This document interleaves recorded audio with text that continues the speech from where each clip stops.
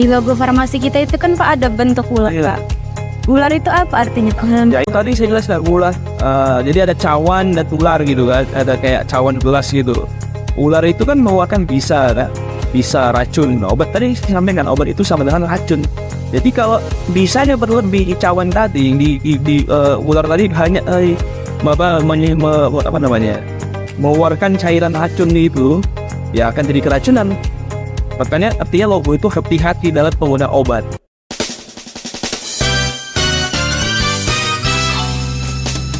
Assalamualaikum warahmatullahi wabarakatuh. Halo semuanya, kembali lagi di Fakultas Farmasi Institut Kesehatan Dewi Sada Dewi Tua.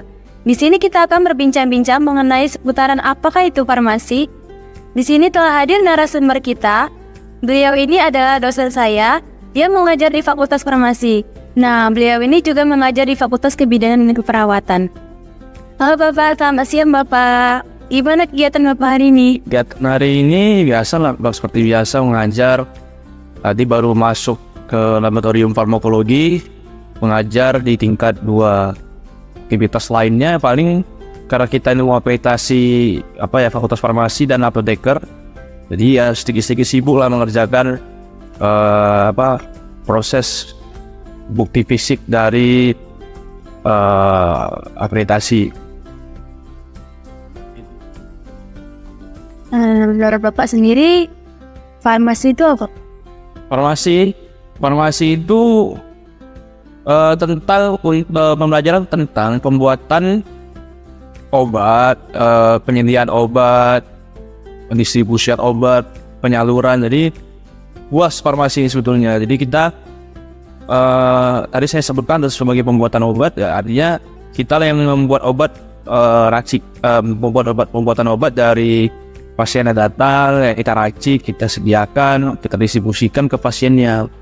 Jadi untuk proses perkuliahan di farmasi itu sebenarnya kita harus tahu dasar-dasar tentang pekerjaan yang basicnya dulu di SMA. Makanya calon-calon mahasiswa yang masuk di Fakultas Farmasi haruslah basic yang dari IPA, nggak boleh IPS. Karena dia melanjutkan studi kurikulum yang pernah diajarkan di SMA.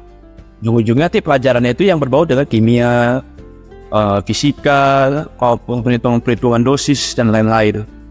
Nah, jadi kita juga mempelajari tentang penyimpanan obat. Jadi kan banyak orang yang nggak paham tentang bagaimana sih obat yang sudah dibeli itu disimpannya di mana. Ketika sudah dibeli, sudah digunakan, baiknya simpannya di mana. Kita pelajari juga. Kita nanti menyalurkan obat itu ke pasiennya bagaimana. Apakah obat A misalnya baik digunakan untuk pada pasien ini. Jadi kita memilih ketepatan dalam pemberian obat kepada pasien. Tapi kita harus bekerjasama dengan profesi-profesi kesehatan lainnya seperti dokter, ya, tenaga medis lainnya lah seperti perawat dan bidan, ya, dan lain-lain gitu. Kan tadi saya belajar Bapak di kelas, dosen saya mempertanyakan kepada saya, suhu penyimpanan obat yang baik itu berapa? Tergantung. Obat itu nggak semuanya semua obat itu tergantung dia suhunya berapa. Tergantung. Kalau misalnya dia sediaannya tablet, contoh katakanlah paracetamol, ya, pada umumnya kan orang nggak mungkin nggak tahu paracetamol. Kalau paracetamol itu ya suhu ruangan biasa seperti ini. Ya, suhu ruangan seperti ini udah bisa dia disimpan. Kalau dia seperti sediaan insulin itu untuk pengobatan anti diabetes tuh biasanya. Nah, itu disimpan di kulkas. Nah, itu pun ada keadaan khusus dia. Jadi kalau insulin itu sudah digunakan, nggak boleh lagi letak di kulkas. Dia mesti disimpan di ruangan seperti biasa. Karena nanti di farmasi itu dipelajari namanya BUD atau Beyond Use Date. Jadi ketika obat sudah digunakan, tempat penyimpanannya dan expired date-nya sudah berbeda, nggak lagi mengikuti expired. Nah, contoh misalnya paracetamol sirup. Paracetamol sirup itu digunakan ada pabrikan dari expired itu misalnya katakanlah 2 tahun lagi 2025. Nah, ketika obat itu sudah digunakan, nggak bisa lagi mengikuti expired, tapi ada BUD namanya, itu dia emang sudah di riset sirup itu kalau sudah digunakan nggak ngikutin expired, tapi dia ada batasnya itu 14 hari. Kalau 14 hari itu dia bersisa obatnya ya nggak bisa lagi digunakan, dibuang gitu. Karena nanti kan ditanya kenapa kalau kok dibuang gitu ya, itu karena nanti ada efek proses mekanisme kerja obat yang merugikan untuk diri kita yang mau konsumsi gitu. Ini tergantung, kayak misalnya sedia steril kayak Insto itu di kulkas, di suhu dingin, nggak boleh di suhu ruangan. Artinya semua obat itu tidak boleh terpapar yang namanya sinar matahari, karena sinar matahari dapat merusak suatu kualitas dari obat.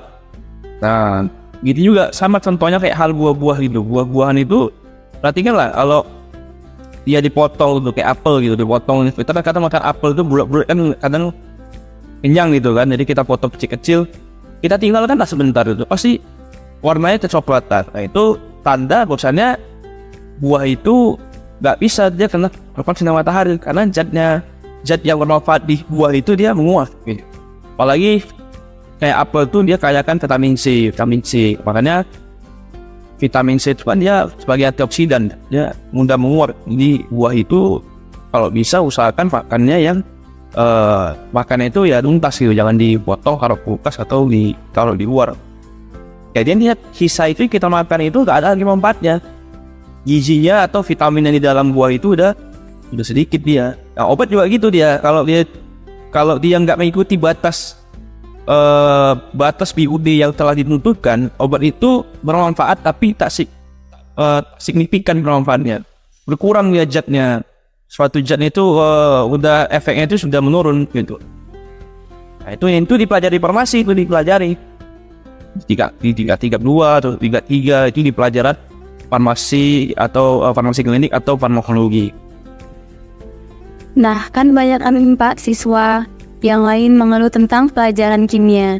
Itu menurut Bapak gimana Pak, yang tidak suka pelajaran kimia tapi nggak bisa? Kalau orang yang nggak suka, orang yang sudah masuk dalam jurusan farmasi nggak bisa nggak suka kimia, harus mau nggak mau, suka tidak suka harus melewati proses itu. Farmasi itu nggak jauh-jauh dari kimia, apalagi nanti dia melewati proses namanya skripsi. Nanti dia ada tuh dia meneliti dari ekstrak A, misalnya dia punya daun yang bermanfaat untuk luka bakar, nanti diteliti. Kan yang mau diteliti itu kan metabolit sekunder dari daun tersebut, senyawanya ada apa, itu berhubungan dengan kimia. Lalu nanti ada namanya screening fitokimia untuk melihat senyawa apa yang ada di daun itu, apakah ada alkaloid, flavonoid, berbau kimia nggak bisa dihindari. Makanya kan di seleksi awal calon mahasiswa yang mau masuk di farmasi itu harus basicnya IPA, IPS-nya nggak diterima, karena pada saat di kurikulum di SMP di IPA itu kan dia mau belajar tentang berbau tentang kimia, jadi nggak terlalu nggak terlalu beda drastis jauh ketika masuk farmasi. Jadi dia tinggal mengulang pelajaran dasar seperti itu. Jadi pasti nggak bisa dihindarkan. Nah, jadi farmasi itu banyak bidang dia sebetulnya. Ada namanya bidang kimia, bidang farmastika, ada bidang farmakologi, ada bidang industri atau farmasi klinis juga ada, banyak bidang. Makanya dosen-dosen di sini kan nggak semua fokus pada semua bidang. Pasti ada bidang kayak contohnya saya contohnya bidang saya di bidang farmakologi gitu, ada di bidang kimia, ada di bidang farmasi, itu ada beda-beda. Nggak, dia tetap kita tahu tentang kimia tapi tak spesifik kita mendalami itu. Jadi kalau saya itu farmakologi, saya farmakologi aja mendalami farmakologi. Jadi Bapak nggak tahu kimia, tahu tapi nggak sedalam itu, dasar-dasar. Kalau dasar saya paham lah. Jadi itu dia. Jadi makanya di farmasi itu nanti biasanya dikasih tahu peminatannya. Kira-kira nanti dia biasanya pemilihan peminatan itu tingkat 3 atau tingkat 3 akhir. Mau di mana bidangnya? Karena ini kan nanti merujuk ke penelitian suatu mahasiswa. Ada yang ngambil kimia, dia ngambil kimia penelitiannya. Ada yang ngambil farmakologi, ya dia pakai hewan-hewan.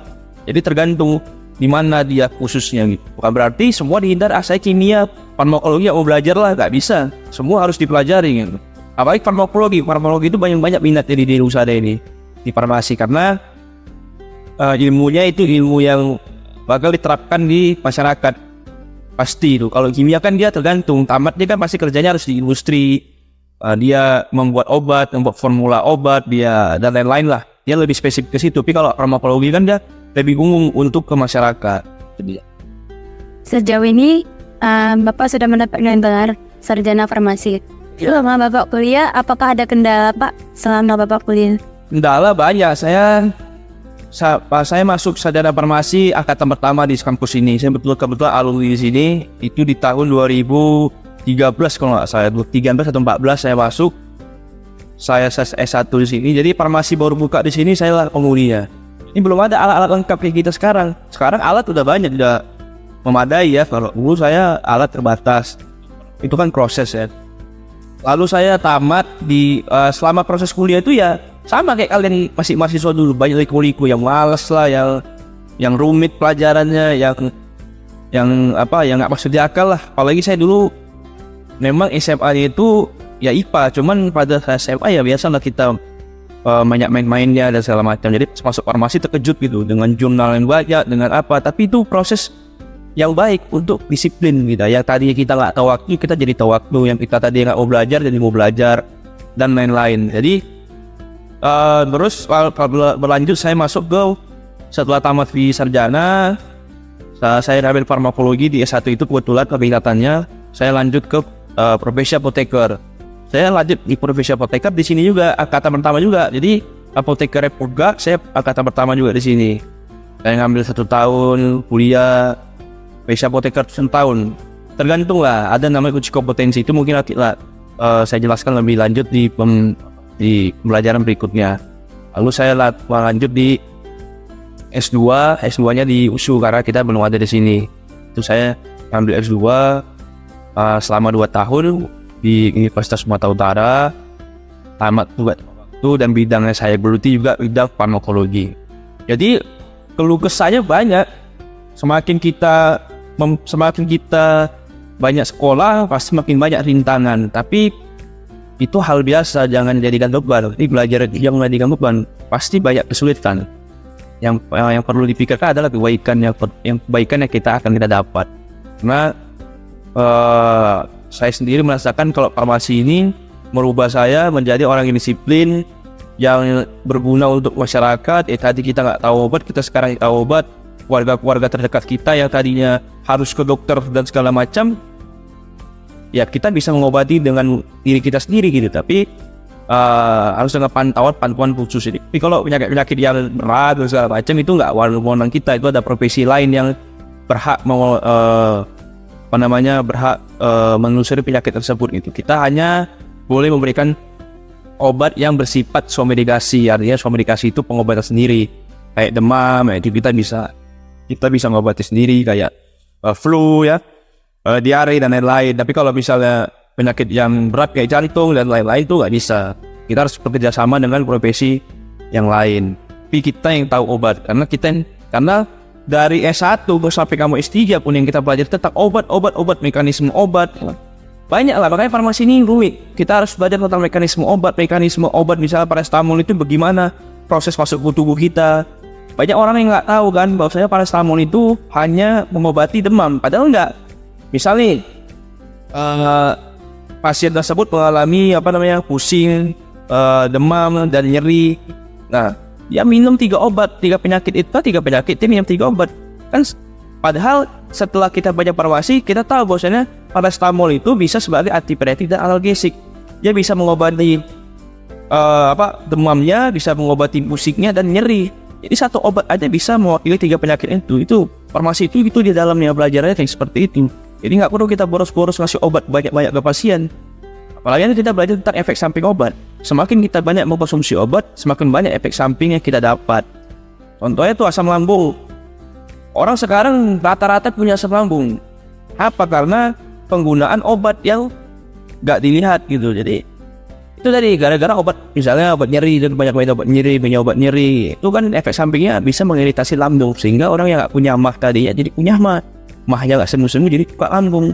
Berikutnya seperti itu terus jadi GERD. Banyak orang yang saat ini merenggut nyawa ya, jadi banyak merenggut nyawa karena asam di lambung itu udah sampai ke tenggorokan.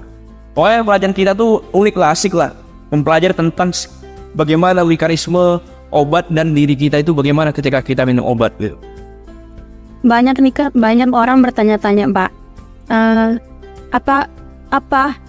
ketika kita tamat mendapatkan sarjana farmasi, apakah kerja kita cuma menjadi apoteker saja atau ada kerja yang lain?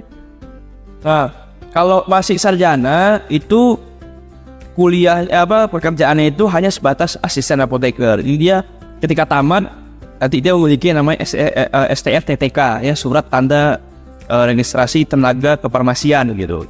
Nah itu surat itu nanti diserahkan ke loker yang mau menerima kita. Nah itu tapi kerjanya apa kan gitu? Kerjanya itu kita hanya sebagai asisten apoteker. Jadi kita membantu.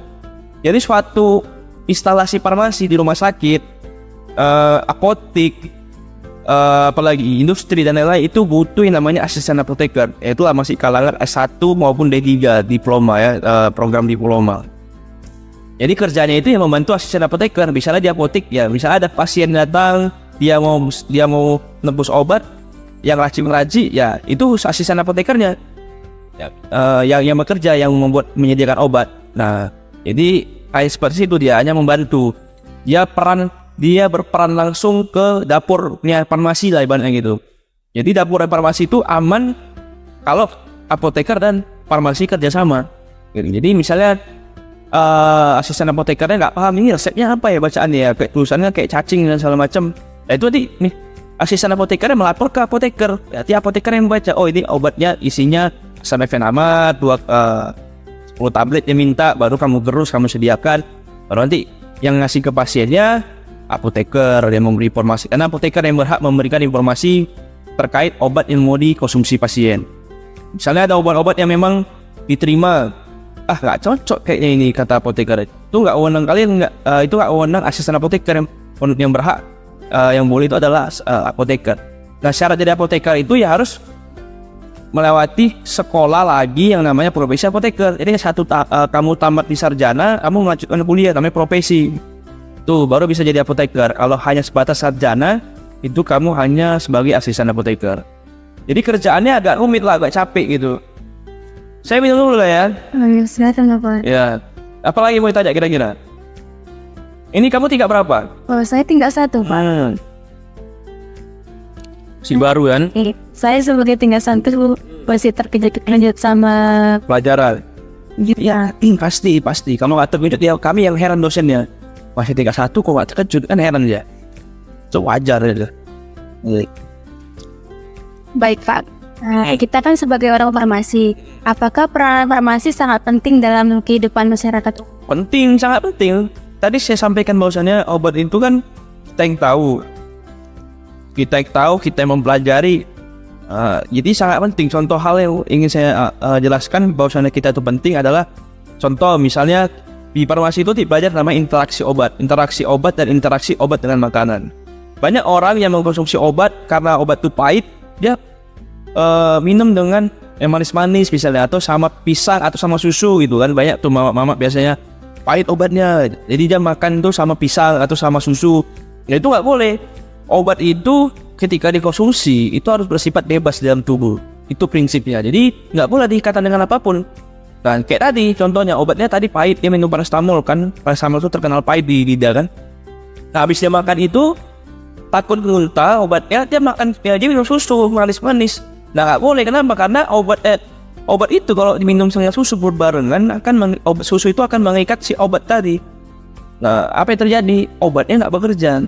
Walaupun bekerja obatnya tapi nggak spesifik 100%, pasti obatnya cara kerjanya menurun karena susu itu cara kerjanya prinsipnya mengikat racun di dalam tubuh. Makanya kan sering ada orang keracunan itu minum susu katanya, karena susu itu mengikat racun dia. Sedangkan obat itu sama dengan racun. Kapan dia jadi obat? Kalau dosisnya tepat. Kapan dia jadi racun? Kalau dosisnya berlebih. Nah susu ini nggak peduli dia mau dia dosisnya tepat, mau dia dosisnya berlebih. Yang penting dia tahunya itu racun gitu. Yang pokoknya apapun obat yang berbau dengan sintesis kimia pasti racun dia. Karena kan kalau ada semua obat itu pasti ada efek samping. Kayak paracetamol itu ada efek sampingnya iritasi lambung. Contohnya obat nyeri ya Samefenamat itu pasti efek sampingnya iritasi lambung. Obat-obat TB misalnya obat tuberkulosis.